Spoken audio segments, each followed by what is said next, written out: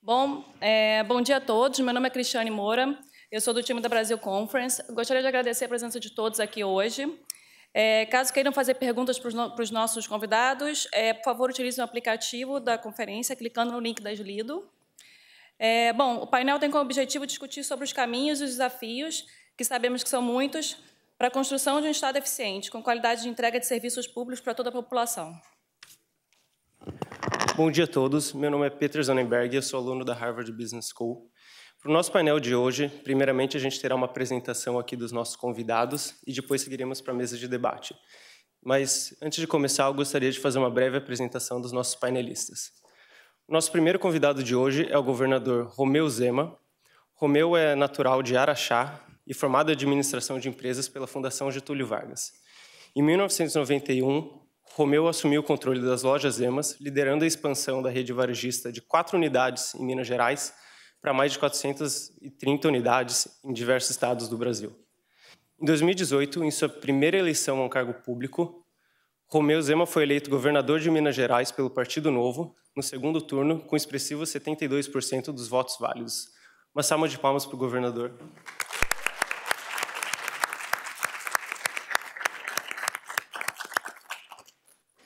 A nossa segunda convidada de hoje é a Ana Carla Abrão. Ana Carla é doutora em Economia pela Universidade de São Paulo e uma referência no setor financeiro brasileiro. Ana Carla tem experiência no setor público, onde foi secretária da Fazenda do Estado de Goiás, e também tem uma grande trajetória no setor privado, hoje sendo head do escritório da Oliver Wyman no Brasil e sócia das práticas de finanças e risco e políticas públicas. Por favor, uma salva de palmas.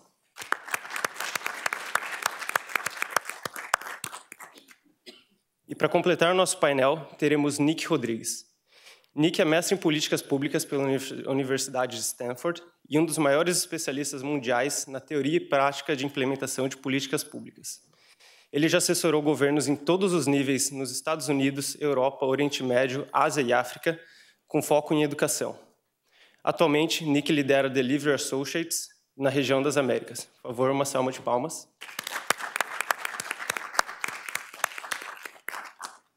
E, para moderar esse nosso painel de hoje, a gente vai contar com o Thiago Lamello, que é mestrando em Políticas Públicas pela Harvard Kennedy School.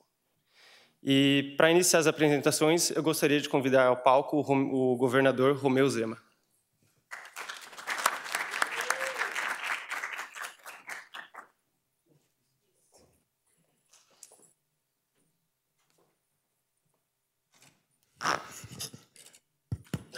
Bom dia a todos. É um grande prazer estar aqui. Bom, vamos pela sequência. Eu saí do setor privado para o setor público. Por quê? Eu diria que quando nós não fazemos a coisa pelo bem, fazemos pelo mal.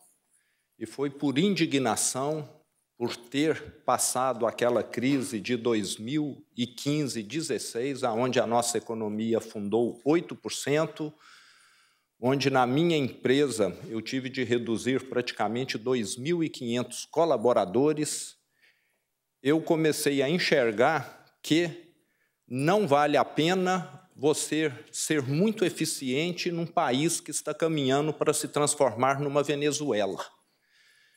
E eu sempre terceirizei a minha responsabilidade com relação ao governo. E falei, não, a vida me permite, a minha empresa está profissionalizada, e acabei encarando o desafio, que foi muito grande, porque disputei a minha eleição com 2 ex-governadores. O meu nome totalmente desconhecido, eu sem nenhuma verba para a campanha, porque o Partido Novo não permite gastar recursos públicos em campanha. Então, aquilo há um ano atrás, 1 ano e meio atrás, quando nós começamos, era algo extremamente improvável. Mas nós sabemos que trabalho dá resultado. Eu fui o candidato que mais trabalhou, visitei mais de 200 cidades, andei mais de 60 mil quilômetros de carro e acabamos ganhando a eleição de grupos tradicionalíssimos dentro de Minas Gerais, como foi dito aqui, por uma larga margem. Tive 72% de votos.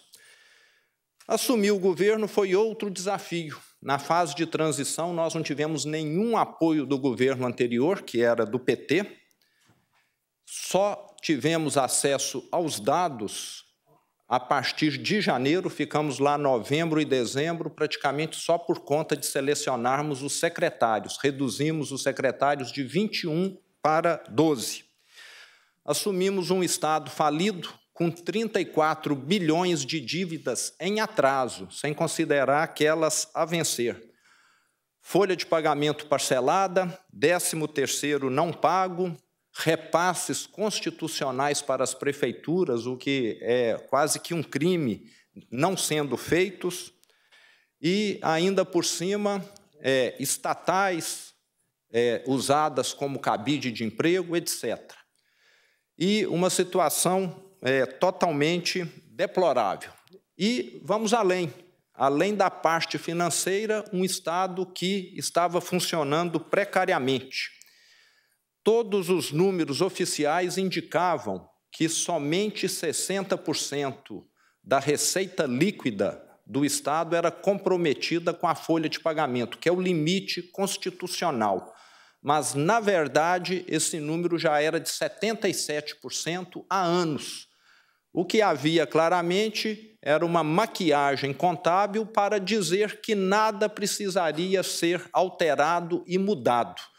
Então, fica claro como o Executivo, junto, de certa maneira, com o Legislativo, com o Tribunal de Contas, fizeram, de certa maneira, um acordo para dizer que tudo estava bem. Ficaram, em vez de tratar o doente, ficaram trocando o termômetro bom por um viciado, para falar que o doente não tinha febre. E isso só foi agravando a situação financeira do Estado. Tínhamos lá uma controladoria e ouvidoria amordaçadas que não faziam nada, exceto criar cargos. Não havia nada que funcionasse nesse sentido. E no meu governo, o que é que nós estamos fazendo? Estamos, basicamente, fazendo o básico, aquilo que nós, da iniciativa privada, sabemos que funciona e que dá resultado, que é melhorar a gestão, a eficiência. Uma das coisas inovadoras que eu implantei lá foi ter reuniões semanais com o secretariado, extremamente inovador, mas isso não acontecia. Processo seletivo para o secretariado, todos foram selecionados. Durante o mês de novembro e dezembro, eu e uma equipe entrevistamos mais de 80 pessoas para decidirmos os 12 que ficaram. Estamos simplificando a vida de quem trabalha. O Estado de Minas é claramente o que tem a legislação tributária, ambiental mais complexa. Não estou falando que resolve o problema, porque está aí Brumadinho, mas é só para complicar. Temos produtores rurais em Minas que recebem multas cujo valor é 10 vezes a propriedade rural, não porque cometeram um crime ambiental, mas porque não entregaram um documento a tempo. Então, é um Estado que foi feito para atrapalhar a vida de quem produz. E o que nós queremos é atrapalhar a vida de quem é malandro. Estamos inibindo as invasões de terras, o contrabando e pessoas que fazem manifestações e também ficam lá interrompendo as vias públicas. Então, nós queremos valorizar quem trabalha e dificultar quem faz o contrário. E medidas de austeridade, além dessas de melhorar a eficiência do Estado. Nesses 100 dias que vamos completar, estamos vendendo 2.000 veículos que estavam lá esquecidos, abandonados dentro do Estado. Acabamos com a imprensa oficial em papel, só digital agora, só nisso uma economia de quase 6 milhões por ano. Contratos caros, aluguéis desnecessários. No edifício Tiradentes, onde eu trabalho, reduzimos de 9 elevadores para 3.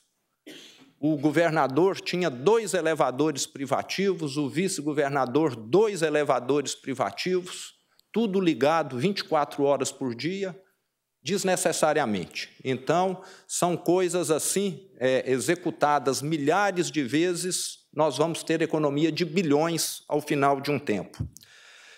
E, é lógico, redução de pessoas. no primeiro dia de governo, nós já reduzimos praticamente 5 mil. Eu não tenho esse número atualizado, mas já deve estar mais de 12 mil e vai continuar crescendo à medida que o desdobramento do processo de seleção for ocorrendo. E uma coisa que eu adotei foi o quê? O governador tem de dar o exemplo. Nós sabemos que em gestão isso tem um peso gigantesco. Então, assumi o cargo de governador sem remuneração, aquilo que eu ganho, eu estou doando para entidades. Em vez de morar no palácio, aluguei uma casa próxima da cidade administrativa, vou de carro, o antigo governador só ia do palácio para a cidade administrativa de helicóptero. O antigo governador tinha 32 empregadas na residência dele, eu tenho 0 pelo Estado, tenho uma diarista que vai na minha casa 2 vezes por semana. O antigo governador e os anteriores tinham fotos em toda a repartição pública. Eu sou totalmente contrário a essa questão de idolatrar alguém, nenhuma foto minha em lugar nenhum. O antigo governador vivia isolado, não ia em nenhum evento, nenhuma solenidade como essa aqui ou outras, não tinha praticamente nada em redes sociais, eu sou extremamente presente, faço questão de ir em tudo que posso.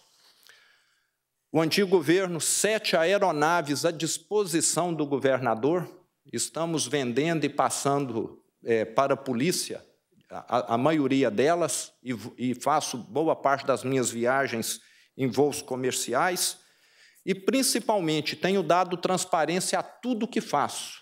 Os voos do antigo governador e dos anteriores eram divulgados 5, 8 anos depois.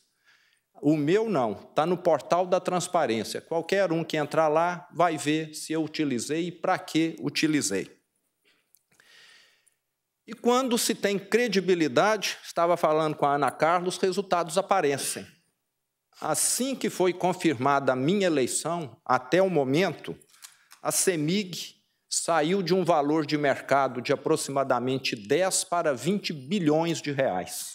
E vai crescer mais uns 30, porque tem potencial com as melhorias que estão sendo conduzidas. A Copasa saiu de 5 para 8 e vai continuar crescendo também.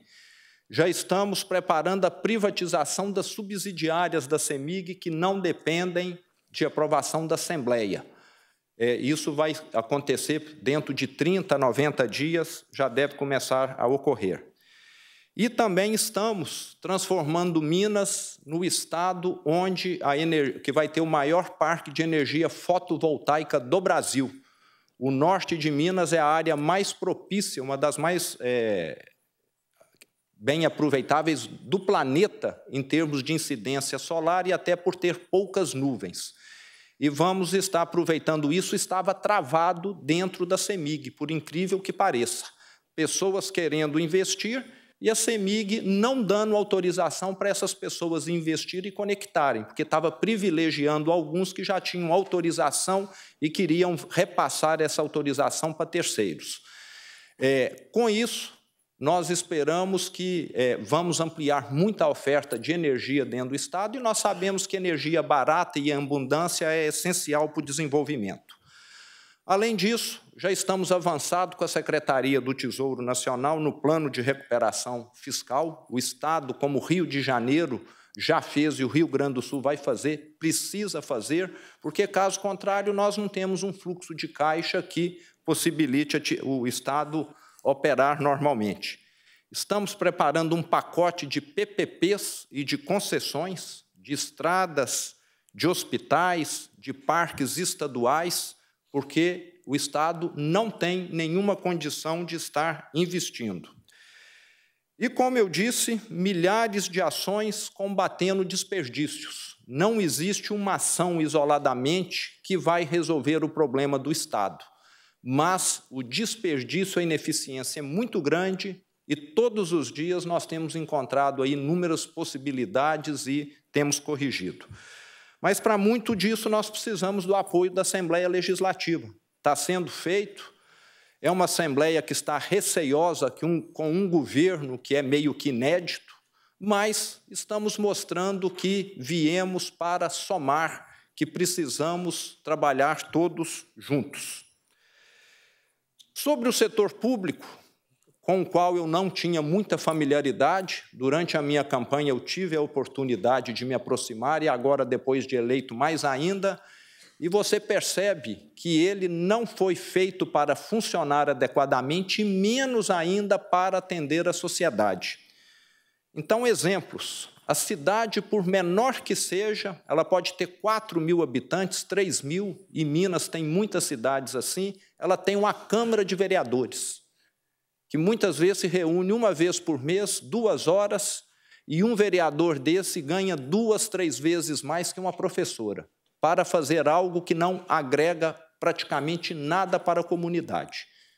Isso foi criado lá atrás, é algo que realmente onera, são mais de 60.000 vereadores no Brasil, produzindo leis muitas vezes que mais pioram do que agregam para a sociedade. A Câmara Municipal de Uberaba, que eu peguei como exemplo, mas várias são assim, cada vereador tem 17 assessores. A de Belo Horizonte, cada vereador tem 21 assessores. Então, você vê que aquilo é para outra finalidade, não para estar agregando para a sociedade.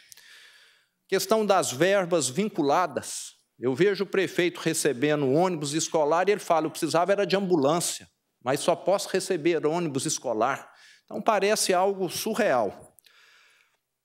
Cada setor dentro da área pública se transforma num feudo. Um senhor feudal se apropria daquilo e quer blindar aquela área de toda forma em benefício dele e do seu grupo. Não conversa com ninguém, não olha práticas melhores, quer manter aquilo ali imune a qualquer situação, a qualquer mudança. Vi também no setor público, estou vendo que é um setor que não poupa nada. É como aquela maldição do petróleo. Os municípios de Minas que têm minério gastam tudo o que recebem do imposto sobre mineração, que é a CEFEM, geralmente para o funcionalismo público, com salários muito acima do que a cidade vizinha que não tem minério. Então, nada se faz com relação ao futuro. Amanhã o minério acaba e eles vêm bater na porta do governo estadual e federal, como Itabira está fazendo agora, a cidade vai se transformar numa cidade fantasma. Mas durante 60 anos ela foi extremamente rica, mas não se fez nada no sentido de se construir um futuro. Minas, com relação à educação, piorou muito nos últimos anos, mas isso é um problema do Brasil. Nós temos dentro da educação um sistema que privilegia a burocracia do MEC e não ensinar para alunos. Isso está claríssimo também. E os incentivos, que nunca tem data para acabar, como a conhecida aí, só a título de exemplo, Zona Franca de Manaus. Há 50 anos está lá, nunca vai acabar, e se um dia acabar, não serviu para modernizar, para criar prosperidade naquela região, porque no norte de Minas, que eu já visitei diversas vezes, me falaram, diversas empresas foram embora depois que o incentivo fiscal terminou. Então, não há um planejamento, um gradualismo, há, geralmente, algo desestruturado que ninguém sabe o efetivo resultado. Mas, saindo do Estado, o que eu vejo é que a sociedade como um todo está viciada nisso.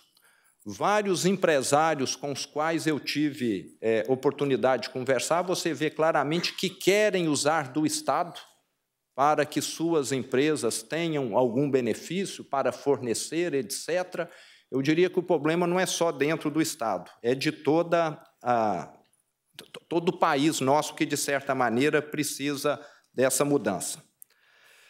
Eu queria agradecer, tem contribuído muito com o meu governo, a aliança que é formada pela Fundação Lema, pelo Instituto Humanize, pelo Instituto República e também pela Fundação Brava. Todos eles têm nos dado lá um grande apoio, tem sido essencial para reestruturarmos essa máquina que tem quase 400.000 funcionários ativos, que é o setor público, o Estado de Minas Gerais, e mais 300.000 inativos, que são os aposentados. O Estado está numa situação de falência, mas, para concluir, eu quero dizer que sou extremamente otimista, porque dentro do Estado eu encontrei um pessoal extremamente capacitado. Minas Gerais tem um quadro técnico excelente, isso eu escutei de todos os órgãos federais com os quais tive contato, e sempre falo, o Estado está intacto no que diz respeito à capacidade de produzir, diferente de uma Síria que passou agora por bombardeios.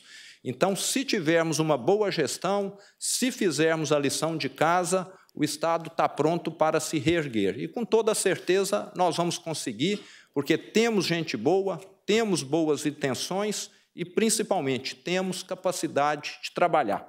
Muito obrigado. Bom dia.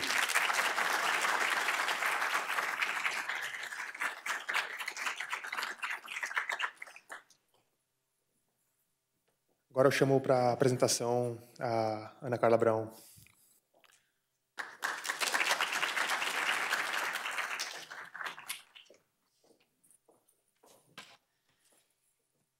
Em primeiro lugar, muito bom dia a todos. Queria agradecer aqui, em nome do Thiago, inclusive, né, o convite para participar. É meu terceiro ano aqui, então, para mim é um prazer.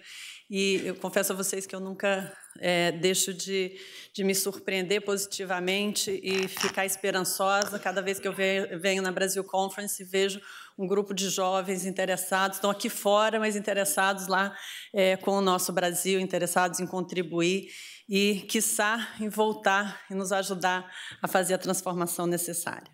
Queria cumprimentar meus colegas de painel, Nick, governador Zema, e também, mais uma vez, o Thiago. Para mim é um prazer falar sobre esse tema. E, em particular, governador, queria lhe cumprimentar, porque sua fala aqui tem muito a ver com o que eu queria provocar, mas, acima de tudo, a sua indignação com os absurdos que a gente vê no setor público é algo que a gente precisa vocalizar e, de fato, o senhor tem feito isso não só vocalizado, mas na prática mostrado que é possível mudar, que a gente pode ter um setor público mais eficiente, mais racional e, acima de tudo, que cuide dos recursos públicos. Então, meu muito obrigado, o senhor é uma inspiração para todos nós que lutamos com essa causa. E, para mim, é uma grande honra estar aqui dividindo o painel com o senhor. Bom, eu vou começar aqui falando um pouquinho... na verdade, eu não vou passar a primeira tela da minha apresentação ainda, porque eu costumo dizer que, na verdade, a minha fala está toda resumida no primeiro slide. Quando eu coloco ele aqui, vocês vão ficar lendo e não vão prestar atenção no que eu vou falar. Então, eu vou começar e depois a gente entra na apresentação. Quando a gente fala de reforma do Estado, de eficiência do Estado... Eu fui secretária de Fazenda no estado de Goiás. Muitas vezes as pessoas falam, lá vem a Ana Carla falar sobre servidor público.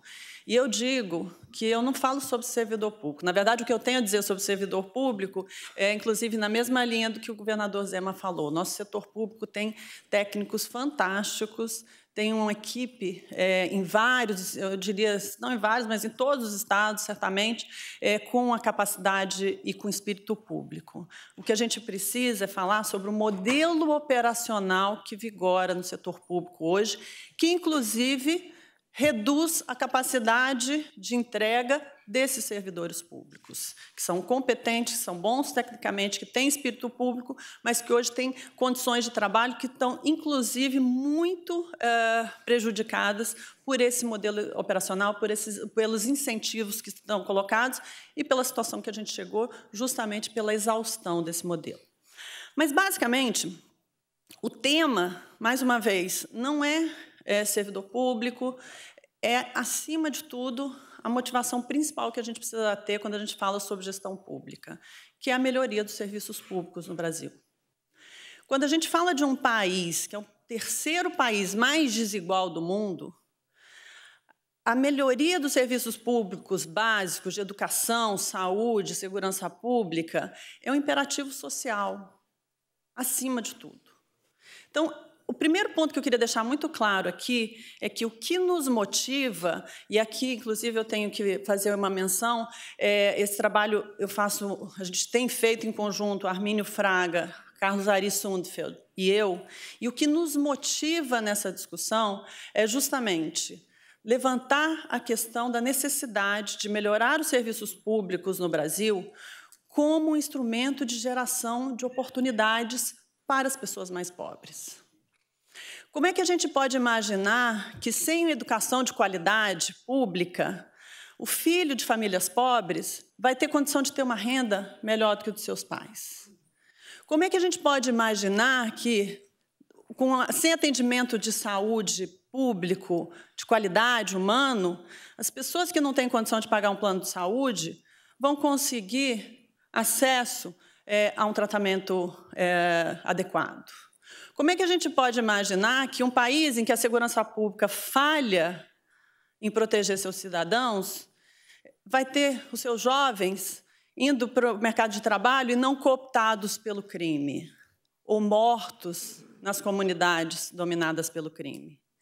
Então, quando a gente fala de serviços públicos de qualidade, a gente está falando de justiça social. A gente não é uma questão de servidor público ou não servidor público, salário é alto, salário é baixo, é muito além do que isso. A gente está falando de justiça social, a gente está falando de instrumentos de geração de oportunidade. Então, essa é a motivação quando se fala hoje de melhorar os serviços públicos no Brasil. Porque mais da metade da nossa população depende deles para ter chance de melhorar de vida. E o Estado brasileiro tem sistematicamente reforçado a desigualdade social no Brasil ao alijar mais da metade da população de serviços públicos de qualidade. Então, a gente precisa, sim, discutir a reforma do Estado. E, quando a gente fala justamente desses serviços, a gente está falando de serviços intensivos em pessoas. Então, temos que falar de gestão de pessoas. Temos que falar do RH do Estado. E é isso que a gente está trabalhando e está discutindo ao longo dessa provocação que a gente tem feito. Tem uma outra motivação, que também é muito importante, agora do ponto de vista econômico. Nós, economistas, adoramos falar de produtividade. A produtividade no Brasil é baixa, está estagnada, e a gente precisa aumentar a produtividade. Verdade. Só que, como falar em aumento da produtividade brasileira, da economia brasileira, sem falar em aumento da produtividade do setor público no Brasil, que também responde por metade da economia brasileira? Quanto de aumento de produtividade do setor privado a gente teria que dar conta para compensar a estagnação, ou se não, recuo contínuo da produtividade no setor público? Sem contar que a produtividade do setor privado depende da produtividade do setor público. Então, essas coisas estão intrinsecamente ligadas. E, finalmente, tem uma questão fiscal. Afinal de contas, estados, municípios, União, estão todos quebrados. A situação fiscal é grave e a gente precisa mudar isso. No caso, principalmente de estados e municípios, é impossível, e eu digo isso porque eu tenho visto os números de muitos estados, de muitos municípios, é impossível que se recupere a condição fiscal e o equilíbrio fiscal dos entes subnacionais sem enfrentar a questão da despesa com pessoal, ativos e inativos. Reforma da Previdência é fundamental, mas ela não é suficiente se não mudarmos esse modelo operacional. E aí eu vou falar para vocês um pouquinho como, porque é o ponto aqui principal. Então, só passando rapidamente, qualidade de serviços públicos é instrumento de geração de oportunidade. Precisamos, para fazer essa melhora, precisamos fazer gestão de pessoas. Temos que aumentar a produtividade da economia brasileira para crescer, gerar emprego, gerar renda. Para isso, precisamos aumentar a produtividade do setor público. E, claro, precisamos de espaço fiscal, precisamos reequilibrar as contas, em particular dos entes subnacionais. Aqui um pouco de evidência. Estou mostrando aqui a evolução dos gastos com saúde, educação e segurança nos últimos anos. Claramente, temos aí nas linhas de baixo um aumento desses gastos, embora, quando a gente olha para a qualidade, a gente tem números que mostram que o Brasil, do ponto de vista de provisão dos serviços públicos básicos, está muito mal avaliado. Aqui só 2 dados, só para chamar um pouco a atenção para isso. Número estimado de consultas por médicos no Brasil é muito abaixo do que a gente esperaria, inclusive quando a gente se compara com países mais desenvolvidos. E educação, não preciso nem falar. Educação, pelos dados do PISA, a gente está ali abaixo da média da América Latina e anos-luz atrás dos países desenvolvidos. Do ponto de vista de segurança, somos um dos países mais violentos do mundo, com 29,5 homicídios por 100 mil habitantes. E, do ponto de vista de ambiente de negócios, temos aí números também que não nos orgulham de forma alguma. Ou seja, tudo aquilo que depende do Estado está gastando mais, mas está funcionando pior. A gente não está melhorando, quando não está piorando. E aí, quando a gente olha de forma consolidada, o Brasil hoje gasta 39% do PIB com a máquina pública. É isso o que a máquina consome hoje.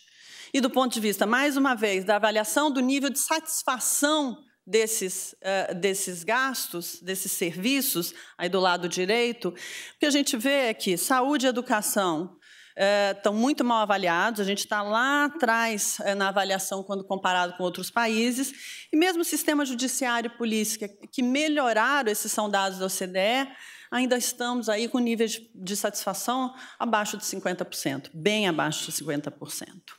Então, a gente tem um país que gasta muito e gasta muito com despesa de pessoal.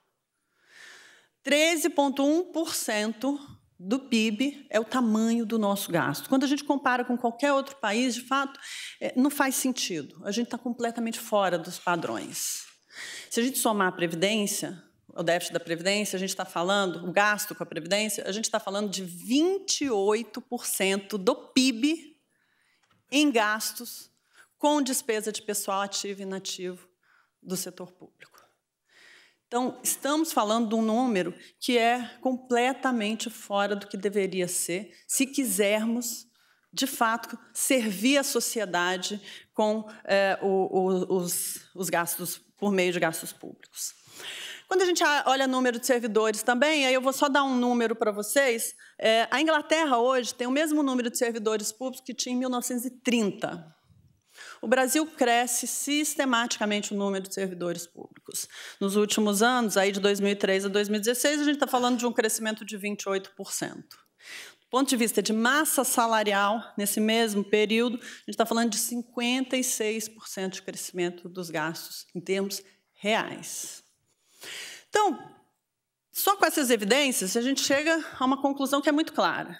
Gastamos muito, gastamos mal, porque não estamos entregando serviços de boa qualidade, apesar dos gastos crescentes. Temos um contingente de servidor público muito grande e que, inclusive, eu posso aqui fazer uma provocação para vocês, está absolutamente insatisfeito. Então, o modelo está errado. Se a gente colocar mais recursos, certamente não vamos melhorar a situação. É o que tem mostrado. As evidências mostram que a gente vem crescentemente pagando mais, contratando mais, gastando mais e não estamos atendendo de forma melhor a população. Então, alguma coisa de muito errado existe nesse modelo. Porque, além de tudo, o servidor público está insatisfeito e não se sente em condições, e, de fato, é só entrar numa repartição pública no Brasil, em qualquer lugar, ele não se sente em condições de prestar um bom serviço. Quer seja porque não tem condições tecnológicas para isso, quer seja porque o professor está numa escola em que o teto está caindo na cabeça dele, quer seja o médico que está no posto de saúde e não tem remédio, ou o policial que sai às ruas, como no Rio de Janeiro, e morre porque não tem condição de enfrentar o crime, porque não tem investimentos em tecnologia, em formação e mesmo em equipamentos e armamento. Quando a gente vai para os estados, então, aí a situação é muito mais complicada. Aqui tem um dado, isso foi um exercício que eu fiz, assim, uma conta muito, inclusive, conservadora. Só contextualizando, a Lei de Responsabilidade Fiscal define que o teto de gastos com despesa de pessoal é equivalente a 60% da receita corrente líquida para estados. O governador citou a questão aqui, inclusive, de Minas. Quando a gente olha os dados oficiais, que são reportados pelos tribunais de contas dos estados, boa parte está abaixo de 60%. Quando a gente chama de despesa de pessoal, tudo que é despesa de pessoal e que sistematicamente ao longo do tempo foi sendo extirpado dos controles da Lei de Responsabilidade Fiscal, a gente está falando que, em média, 74% das receitas dos estados estão comprometidos com salários, benefícios, despesas de pessoal especificamente. Quando o legislador resolveu colocar o limite de 60%, não era simplesmente porque ele queria limitar os salários dos servidores públicos. É porque a gente tem que ter recursos dos tesouros estaduais para investir, para custear a máquina e, como o governador colocou, inclusive poupar, planejar o futuro. Hoje, isso não é possível nos estados. E eu digo para vocês que na totalidade dos estados. Porque o comprometimento com despesas de pessoal, que é uma despesa obrigatória, recorrente e rígida, a gente não consegue discutir investimento, planejamento, poupança, que dirá custeio. E aí eu vou falar, então, um pouquinho da solução, né? Não quero deixar todo mundo embora aqui triste com a situação, deprimido já na manhã, no primeiro painel. A primeira coisa que vem à cabeça de todo mundo, quando a gente pensa no modelo operacional do setor público, é a questão da estabilidade. Vamos acabar com a estabilidade. Acaba com a estabilidade, manda as pessoas embora. O meu ponto aqui é, primeiro, estabilidade existe no mundo todo. Não tão ampla quanto a nossa. Mas o problema não está nela. O problema está na blindagem em que nós transformamos a nossa estabilidade.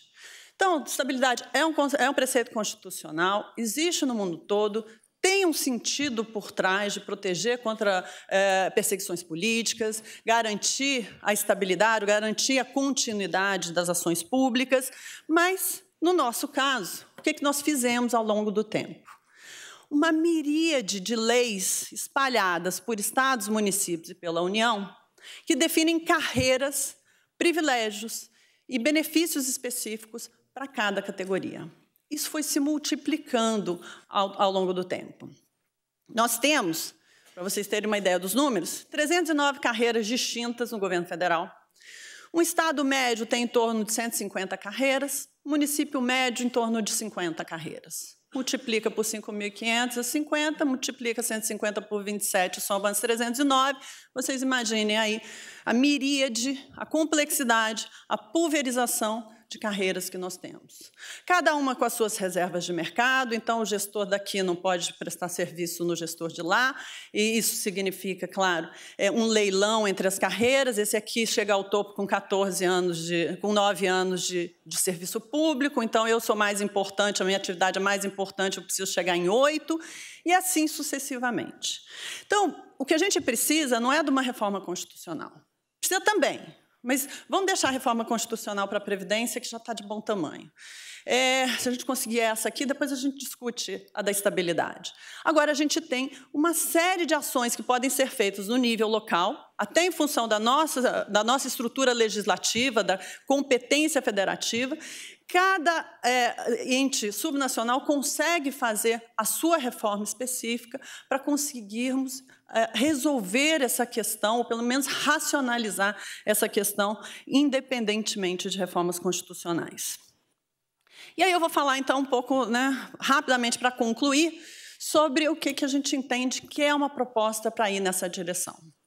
E, mais uma vez, deixando uma mensagem de otimismo aqui. Essas coisas são possíveis e são factíveis. É uma briga difícil, como toda mudança, mas a gente tem que lembrar que, se a gente não começa, as coisas não acontecem. Então, quais são os 4 pontos dessa proposta de reforma do Estado? Primeiro, a gente tem que definir diretrizes gerais desse modelo operacional. Tem que existir planejamento da força de trabalho. Não é essa questão de vamos fazer concurso porque está faltando gente, vamos fazer concurso porque está aposentando gente, e a gente casa com as pessoas 30 anos na ativa e mais 50 anos na aposentadoria, onerando o Estado, não necessariamente sendo a melhor alocação desses recursos. Segundo, temos que avaliar as pessoas. A avaliação de desempenho é uma ferramenta importante, inclusive de valorização do servidor público que trabalha, que entrega, que tem espírito público. Temos que avaliar as pessoas do ponto de vista relativo. Terceiro, promoções e progressões automáticas são um absurdo e temos que acabar com essa instituição. Isso não faz sentido, isso gera um crescimento vegetativo da folha, que mesmo aquele gestor que não consegue, não pode dar aumento, ele tem um crescimento da despesa de pessoal todo ano em torno de 5%, 6%, 7%, independentemente da inflação. Precisamos parar com isso. Quarto, promoções têm que estar vinculadas à avaliação de desempenho, aos resultados. Temos que fazer gestão de consequência. E, finalmente, tem que ter vaga no cargo superior. Porque o que a gente tem hoje é o que eu vou chamar de efeito T, todo mundo chegou ao topo. Foi uma das coisas, quando eu saí do setor privado, cheguei no setor público, eu falei, não estou entendendo. Mas todo mundo chega ao topo e cada vez em tempo menor se chega ao topo. Finalmente, diminuição do número de carreiras. Isso tem que começar pelo federal. Na verdade, a gente tem que fazer pela competência federativa de forma independente. Então, temos que fazer no federal, temos que fazer nos estados, temos que fazer nos municípios. E, finalmente, o fortalecimento dos processos internos. Existem hoje avaliações de desempenho, eu vou dar o exemplo aqui do município de São Paulo. 150 mil servidores são avaliados no município de São Paulo. A média, e a avaliação é de 0 a 1.000. Pode ser 10, 15, 100, 300, 400. Você pode avaliar a pessoa nesse nível de amplitude. A média é 997. E eu pergunto, serviços públicos são avaliados em 997, de 0 a 1.000? Definitivamente não são.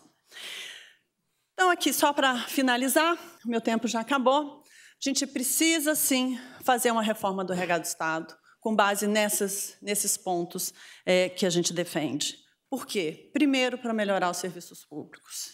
Primeiro, principalmente. Segundo, porque a gente precisa resgatar a capacidade de gerir pessoas do setor público. Resultado vem a partir da gestão de pessoas, a partir dos incentivos corretos, a partir da capacitação dessas pessoas, a partir das condições de trabalho dessas pessoas.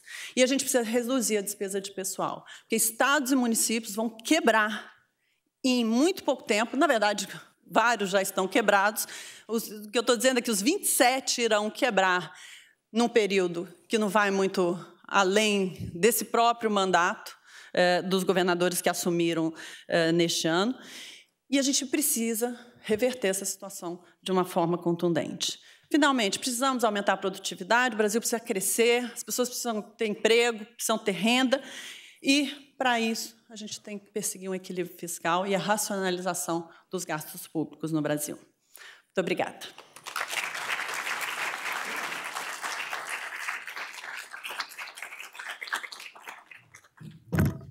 Agora eu chamo para apresentar nosso último speaker antes da discussão aqui do painel, o Nick Rodrigues. Por favor.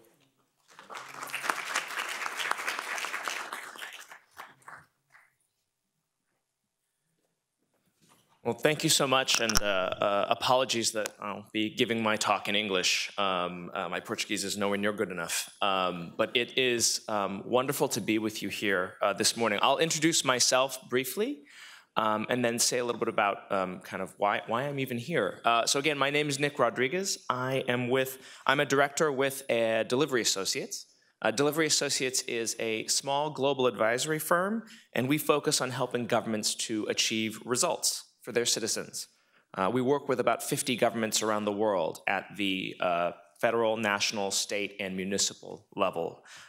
So let me just start by saying it's an honor to be here with all of you, to be a co-panelist with the governor and with Ana Carla. You all have inspired me as I think about the work, the indignation, the moral purpose, the mission. And I think that as I think about the purpose of this conference, you know, my Brazilian colleagues told me about it, and I thought, how brilliant. A conference that's about Brazilians outside of Brazil stepping back and thinking, what can we learn from broader international experience and bring practically back home? So I hope to be able to make a small contribution to that this morning. So heard so many important points from my co-panelists today. and agree with all of them. And it just really lays out the challenge starkly. What I want to suggest today is that the things they talked about are so important, and that there's one more piece that I want to shine a spotlight on that's necessary to make sure a state delivers results. You heard both of them talk about the results they're trying to deliver, and really that being the purpose of government. And so what I'm going to suggest today is that the last piece is thinking carefully about which results you actually want to deliver, and that you're crystal clear about communicating this to the people that elected you, the people that appointed you. And let me tell you a story to illustrate a little bit about what I'm talking about. Again, one of those, hopefully an international example that will be helpful. One of the governments I'm privileged to work with is the government of Canada, not far from here. On its face, it might look like Canada's actually solved many of the problems we're talking about here. If you look at Ana Carla's presentation, they came out pretty well in the numbers, lower expenditures, better results. I certainly don't know of any Canadian premier who takes a helicopter to work or who has 39 maids or anything else like that, right? So there are many, on its face, it looks like some of the problems have been solved and they're considered a good civil service, a good public sector. And yet, I will tell you from having worked with them, they struggle too on what it means to actually deliver results. And let me give you one example of that. When the current government was running for office in 2015, Justin Trudeau, who would eventually become prime minister, he made a promise having to do with his relationships to Indigenous communities. Indigenous communities in Canada, which are called First Nations, they're almost like a developing country inside Canada. And there was a particular thing that was important, which was that over 100 of these communities didn't have access to clean drinking water, hadn't had access to clean drinking water for decades. He said, this is a scandal, and we have to fix it. I promise that if I'm elected, within 5 years of my becoming prime minister, that number will be 0. Everyone will have access to clean drinking water. And it was actually probably the clearest promise he made that had a number attached to it. And then 2 years later, we looked at the data, and nothing had changed. It was really clear that this was one of his top priorities. He had communicated it really clearly, and yet somehow, with one of the best public sectors and states in the world, he still hadn't been able to get traction and was frustrated by this, visibly so. And I think this actually illustrates one of the challenges that the governor raised. If you're a chief executive, the challenge you'll often face is feeling like the bureaucracy won't serve you and won't help you deliver on your agenda. And on the other hand, what Ana Carla talked about, if you're in the public sector, you feel like you joined probably to make a difference, but you find yourself frustrated by these rules and this system that sort of beats your inspiration out of you, that really kind of makes you forget why you came to begin with. And so on both sides, you see this divide, this challenge of what it means to deliver in government. So that brings me to the sort of additional piece I hope to add here. It's something we at our firm call deliverology. Deliverology is, besides being a funny word, what is deliverology? We think of it as sort of the emerging science of delivering results in government. The emerging science of delivering results in government. And it was invented about 20 years ago in another country, in the UK. And there, the prime minister had been elected to a second term, and he said, it was Tony Blair, a second term. He said, my first term, I passed a lot of policy, but I didn't see the results. We need to deliver results in my second term. So he started something called a delivery unit, a small team that reported directly to him, who had one mission: deliver on my agenda, deliver on the key numbers that matter to my citizens. That delivery unit was widely seen as successful. It did work in education, in health, in reducing crime, a number of other things. And so since then, the approach has been of interest to others around the world, and it's been replicated around the world. And even in Brazil, in Pernambuco state, for example, and then around the region, there are delivery units in Peru, in Chile, and also just starting up in Colombia and in Paraguay. In addition to that, if you think about the work that they've focused on, they've delivered results in things ranging from the reduction of childhood anemia in Peru, to reduction of corruption in cities in Mexico, to increasing trust in the police and cooperation with the police in the security area. So real tangible things that governments and chief executives are hoping and trying and striving to deliver. So what exactly does this method consist of? So there are a lot of tools, a lot of things I could talk to you about sort of what it means. But actually, the most important thing about deliverology is that it is a philosophy, it is a way of thinking, and it's centered around 5 what I like to call deceptively simple questions. They are, number 1, what are you trying to do? Sounds basic, but this question of you're an elected or appointed official, what's your agenda and how will you measure it? And are you crystal clear about the goals?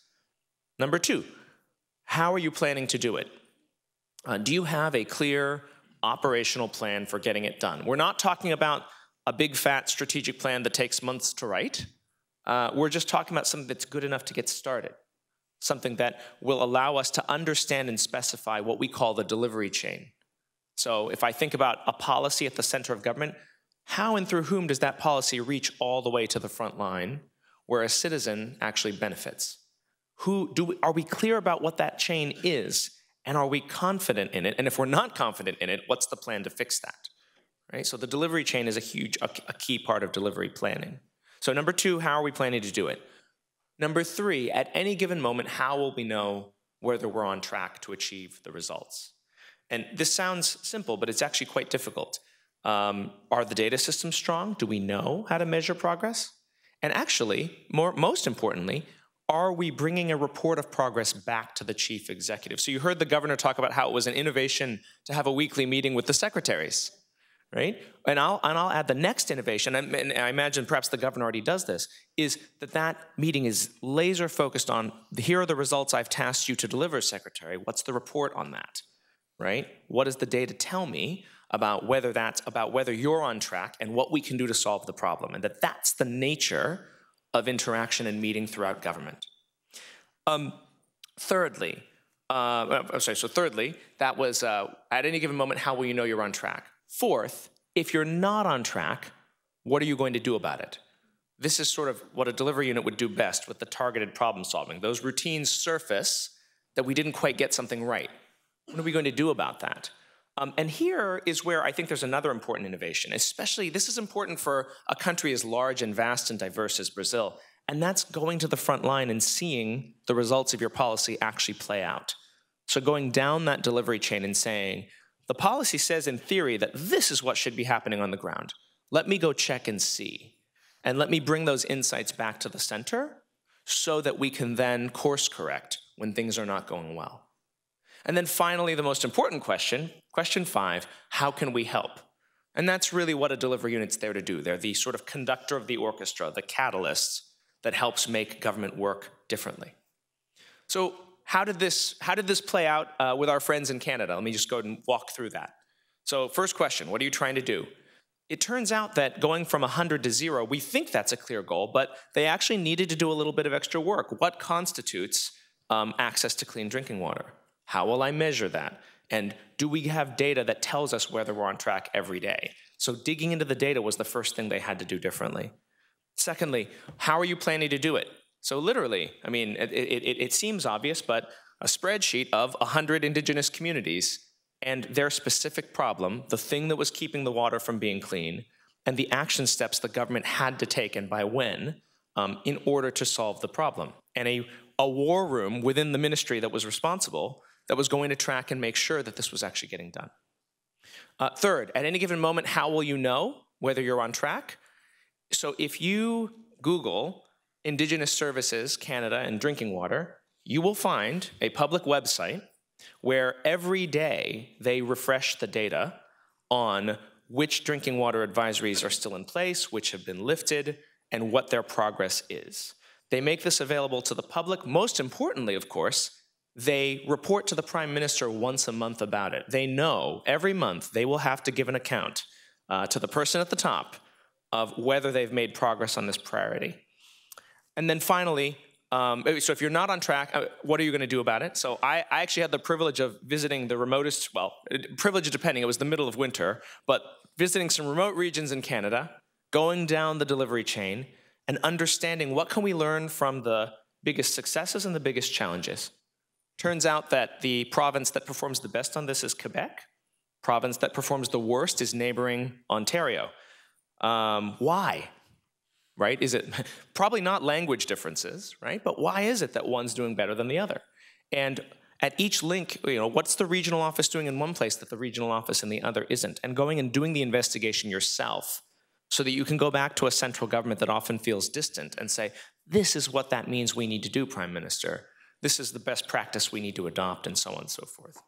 And then finally, how can we help? So they created a results and delivery unit.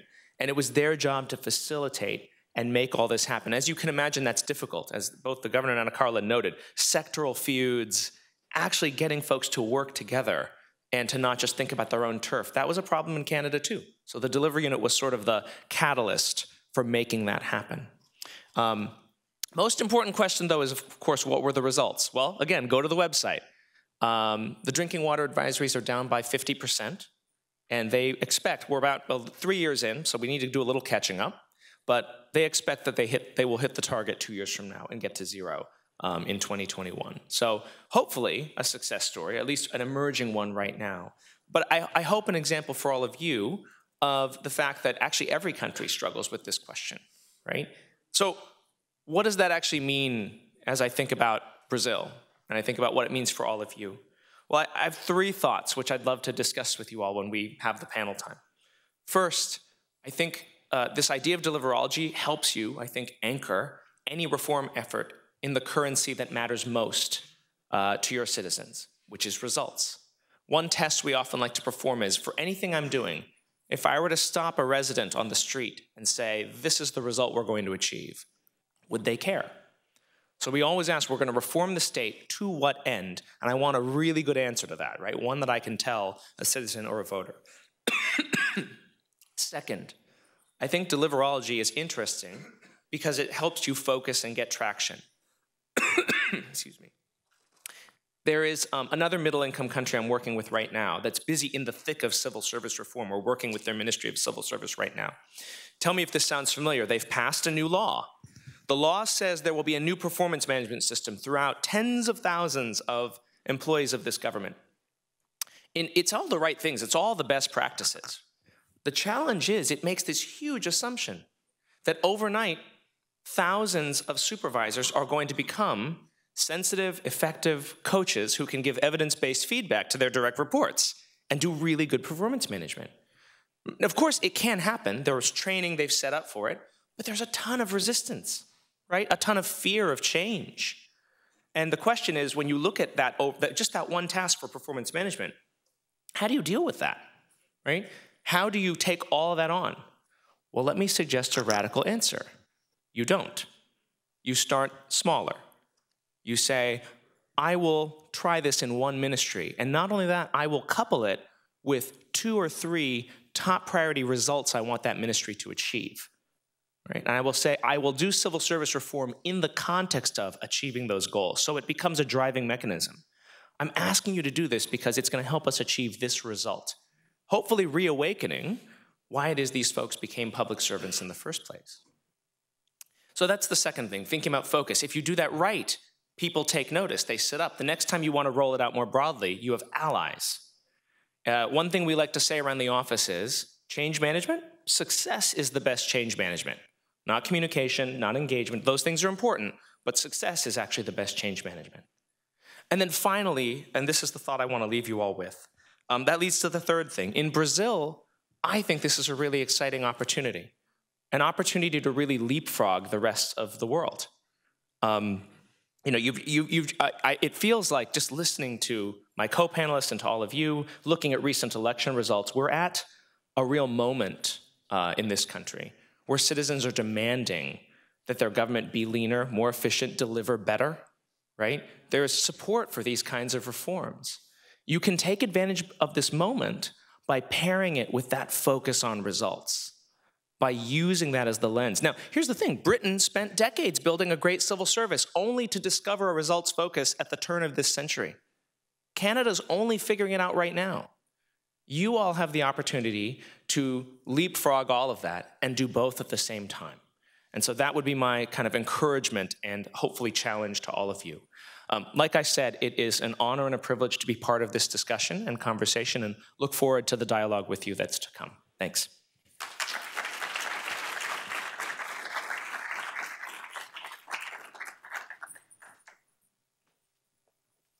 Muito obrigado, Nick. Convido agora os 3 apresentadores para o nosso painel.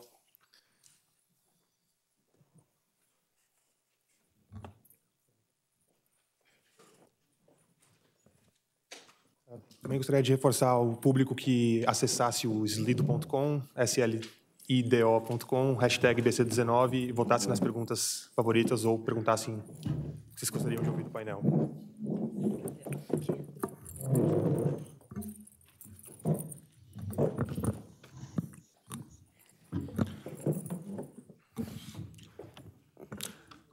Acho que uma primeira pergunta para todos. Hoje nós temos visto alguns estados no Brasil começarem algumas iniciativas interessantes. O governador Zema falou o que ele está fazendo em Minas Gerais, mas nós ainda dependemos de alguns governadores e prefeitos que têm essa mentalidade e estão querendo colocar isso como prioridade. Como fazer com que mais prefeitos e mais governadores, em meio a tantos problemas e em meio a tantas prioridades que eles têm hoje, colocar a reforma do Estado ou colocar a entrega de resultados como a prioridade deles? Como é que vocês fariam esse pitch? Como é que vocês convenceriam eles em 1 minuto, assim, vale a pena investir nisso? E uma vez que eles implementem isso, no caso do governador Zema ainda é algo mais concreto, como garantir que isso seja algo perene e institucional? Se por acaso daqui a 8 anos um outro grupo político assumir um Estado que fez essas reformas, como é que você garante que as coisas não são revertidas e isso se torna algo perene para a sociedade? Bom, eu diria que isso que você está mencionando é difícil. Eu tive o privilégio de ter sido eleito sem apoio algum. Minas tem 853 prefeitos. No primeiro turno, 0 me apoiaram. Então, era algo bastante improvável, como eu disse, mas esse não apoio acabou me facilitando muito a gestão, porque eu assumi o Estado sem ter de lotear cargos, sem ter de criar feudos, mas o sistema parece que foi criado para fazer com que determinados grupos se apropriem do Estado e façam o que bem entendam. Mas eu vejo que nós estamos tendo a oportunidade de mostrar que um trabalho profissional, técnico, pode dar um resultado muito superior a esse tipo de prática que sempre prevaleceu. Eu sou confiante muito nessa linha. Eu acho que aqui, assim, temos justamente, né, temos exemplos como o caso do governador Zema e outros gestores que querem fazer essa mudança, que foram eleitos com essa bandeira ou que eventualmente se conscientizaram ao longo do tempo que esse é o caminho. Claro que isso não significa que teremos 5.500 municípios, 27 estados fazendo isso. Mas existe uma discussão, e faz parte da proposta que Armínio, Casari e eu estamos colocando em debate, que seria uma forma de fazer, uma forma da gente escalar isso, independentemente, né, da consciência dos gestores que estão à frente desses estados e municípios. Uma forma de escalar isso seria condicionar todo e qualquer apoio do governo federal a uma reforma do RH. E isso parte da conscientização de que o problema não é endividamento. A gente tem que parar com essa história que os estados estão quebrados por causa da dívida que eles têm com a União. Os estados estão quebrados porque eles estão gastando 85% das suas receitas com salários e benefícios. Essa é a realidade. E a gente pode parar de pagar a dívida, que os estados vão continuar aumentando as suas despesas até o ponto em que 110% das despesas, das receitas estão comprometidas com despesa de pessoal. Então, esse é um ponto. Uma outra forma de fazer seria alterar a lei de responsabilidade fiscal, para chamar tudo que é despesa de pessoal de despesa de pessoal.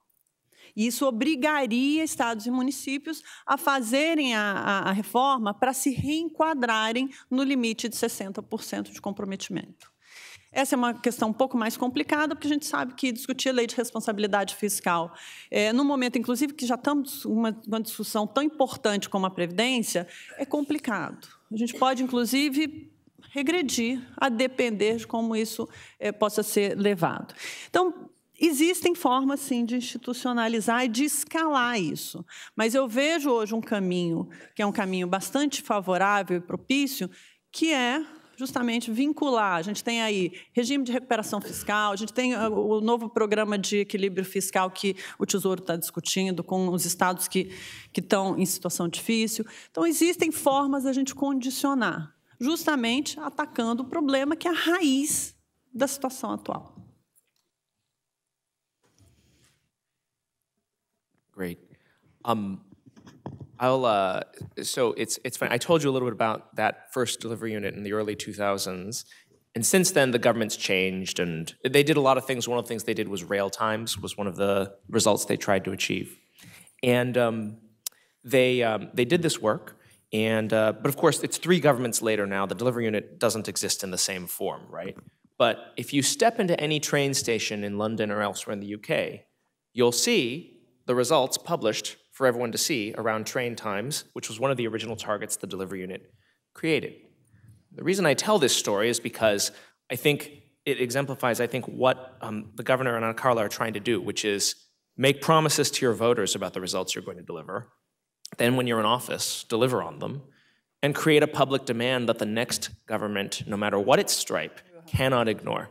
So that's my kind of short answer to the question. Bom, a pergunta favorita do público aqui é o que deveria realmente ser função do Estado cuidar, que setores o Estado deveria focar os seus recursos e o que deveria para o setor privado. Eu vou mudar um pouco a pergunta também, mas também relacionado a isso. Vocês todos trabalharam no setor público e no setor privado e conhecem bem a realidade dos dois setores. Em geral, quando a discussão é colocada ao redor do mundo, no Brasil e nos Estados Unidos também bastante fortemente, se coloca o setor privado como uma grande referência em gestão e se fala que o setor público deveria se aproximar do setor privado. A minha pergunta para vocês seria o que o setor público tem a aprender com o setor privado, de fato, e o que o torna diferente, na opinião de vocês, em termos de gestão? Bom, nós somos da linha que o setor público deveria focar nos 3 pilares básicos de serviços que a sociedade precisa, que é educação, saúde e segurança, incluindo aí o judiciário, é lógico. No caso específico de Minas, não enxergamos nenhuma necessidade do setor público prover serviços de energia elétrica e vários outros hoje que o Estado ainda tem. Vejo que serviços públicos não podem ser mercantilizados também. Aí há uma questão realmente que temos de considerar, porque o setor privado sempre vai pelo lado da eficiência, da produtividade, etc. E sabemos vários estudos, vários projetos que, inclusive, já foram implantados de escolas privadas, pagas com recursos públicos, etc., não tiveram um funcionamento tão bom quanto seria de se esperar. O que eu vejo é que é necessário analisar, fazer laboratórios em pequena escala para ver aquilo que funciona. O que funciona aqui pode ser que funcione em São Paulo e não funcione em Minas. Então, eu não acredito numa fórmula universal daquilo que dá certo, mas sim em ações planejadas, analisadas dentro do seu contexto, que devem se fazer de acordo com aquela realidade. O que demanda mais trabalho é lógico, mas o mundo é complexo e querer simplificá-lo seria meio que uma utopia e não vai dar o resultado que todos nós desejamos. Bom, eu concordo com o governador aqui que a gente primeiro tem que entender que existem prioridades, né? E, de fato, quando a gente fala de serviços públicos, os serviços básicos, esses, sim, são o foco, né? Devem ser o foco da gestão pública, da entrega e da concentração de recursos. Para vocês terem uma ideia, hoje tem estado que tem supermercado, tem estado que tem indústria farmacêutica. Eu não consigo entender. Assim, se a gente já entende, e eu concordo aqui, tanto é que Goiás privatizou as centrais elétricas do estado, que o estado não precisa ter empresa para entregar bens públicos ou serviços públicos, mas, mais do que isso, a gente precisa, de fato, priorizar o que a gente precisa fazer. Eu vou voltar um pouco na questão do modelo operacional para puxar esse ponto do que funciona no setor privado, o que não funciona e como é que a gente transfere isso para o setor público. Eu acho que tem questões básicas que o modelo operacional, e eu uso essa palavra porque ela é uma expressão muito vinculada ao setor privado, que o modelo operacional do setor público não tá conseguindo entregar, que é justamente o resultado. E uma questão básica desse modelo operacional é a falta de meritocracia. E a falta de meritocracia, assim como ela não funciona no setor privado, ou seja, ela não vai gerar os resultados esperados, a falta dela no setor público, a gente não pode esperar que vai dar um resultado diferente. Não tem meritocracia, mas todo mundo vai fazer o melhor trabalho, embora não seja reconhecido por isso, embora não seja, inclusive, demitido por não estar entregando. Assim, é uma questão básica. Então, de todas as questões que se transferem diretamente, claro, com modelos distintos, como é que a gente cria essas metas, como é que a gente tem unidades que vão monitorar os resultados e ver se essas políticas, se os incentivos estão corretos ou não, isso tudo é complexo. E, claro, tem que levar em conta as especificidades do setor público, que são distintas do setor privado. Agora, o conceito de meritocracia, o conceito de gestão de pessoas, o conceito de gerir com consequências, ou seja, avaliar com consequências, tanto para promoção quanto para demissão, isso precisa ser resgatado.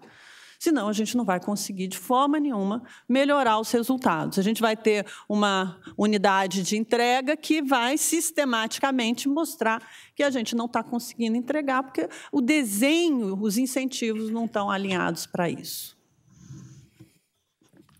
My summary would probably be just in 2 words if I think about it, right? So there are 2 big lessons I think we can take from the private sector to the public. One is accountability and the other is measurement.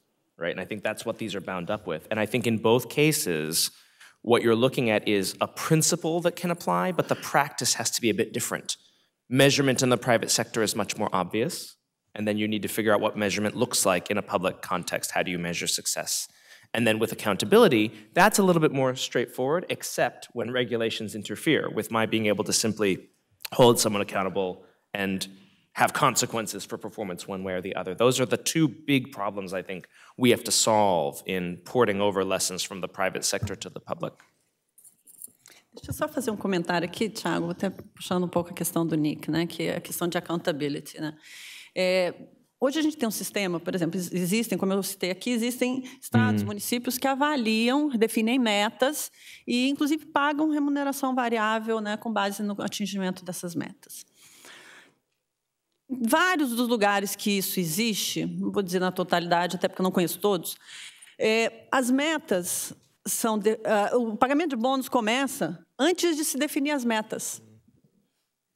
Aí as metas são definidas lá para agosto, setembro, e os bônus estão sendo pagos desde janeiro, mensalmente, inclusive para inativos.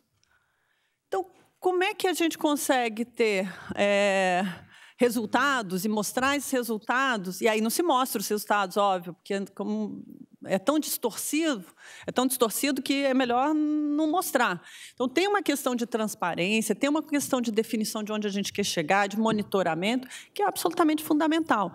E eu digo, assim, as pessoas, eu digo que ir para o setor público, passar pelo setor público, devia ser que nem serviço militar obrigatório. Acho que todo mundo, principalmente os mais jovens, deveriam ter pelo menos uma experiência de 1 a 2 anos no serviço público no Brasil. Primeiro, porque contamina de forma positiva. É importante. Os exemplos que o governador Zema deu aqui, eu digo para vocês, 90% das pessoas que estão a vida toda no setor público se habituaram com essa realidade. Acham que é normal o governador subir num elevador sozinho e ter 2 elevadores à disposição dele. Acham que faz parte ele ir de helicóptero para a cidade administrativa. E o ponto é que, na hora que existe alguém que vem de fora e diz, gente, isso não faz nenhum sentido, é importante. E também porque eu acho que quando a gente passa no setor público, a gente entende que realmente o Brasil precisa mudar, porque senão a gente não vai chegar lá. Eu queria completar, que eu não lembrei, o Estado de Minas hoje é proprietário de vários hotéis, de parques de banhos, com banhos de lama, banho de água sulfurosa, etc. Então, você vê como o Estado realmente foge completamente daquilo para o qual ele foi constituído. E o que a Ana disse aqui agora, uma analogia que eu usei durante a minha campanha, que inclusive me ajudou bastante, foi o seguinte, é que eu nunca tinha morado perto do chiqueiro, porque no interior nós falamos que quem se habitua a ficar perto do chiqueiro não sente mais o mau cheiro, mas quem vem de fora, aquele mau cheiro é altamente perturbador, e que eu era alguém que não fazia parte do chiqueiro. Então, realmente, quem vem de fora acaba se estranhando. E eu digo que é difícil mudar, porque quem está lá dentro considera isso que a Ana falou essencial. Eles foram educados e aculturados que um governador tem de ser tratado como uma majestade. Eles não queriam mudar e ainda não querem uma série de outras coisas que eu quero. Eu sou obrigado a seguir protocolos de segurança que eu questiono, mas que a polícia fala que é essencial. Mas ainda estamos numa fase de transição. Bom, nossa última pergunta do painel, infelizmente, voltando também naquela questão de como tornar isso perene e como tornar isso uma prioridade, qual deve ser o papel da sociedade civil, né, dos eleitores, dos cidadãos, nessas reformas, e mais especificamente, como o controle social pode induzir as reformas e se digitalização e transparência dos resultados e dos indicadores é um caminho para essa transformação? Eu considero a participação da sociedade civil essencial e dou minha mão à palmatória, porque durante 53 anos da minha vida eu fui totalmente ausente. Eu me dediquei de corpo e alma aos meus negócios e considerava o Estado algo meio que distante, sobre o qual eu não teria nenhuma influência, não teria nada a fazer. Fui conhecer, há 1 ano e meio, pela primeira vez, eu entrei numa Câmara Municipal, numa Assembleia Legislativa, o ano passado. Então, o meu contato com a coisa pública é extremamente recente. E tinha essa visão de terceirizar para outras pessoas o nosso futuro. Mas, como eu disse, a duras penas eu vi que não adiantava eu ser um bom gestor na minha empresa se eu estava num contexto maior de venezuelização do nosso país.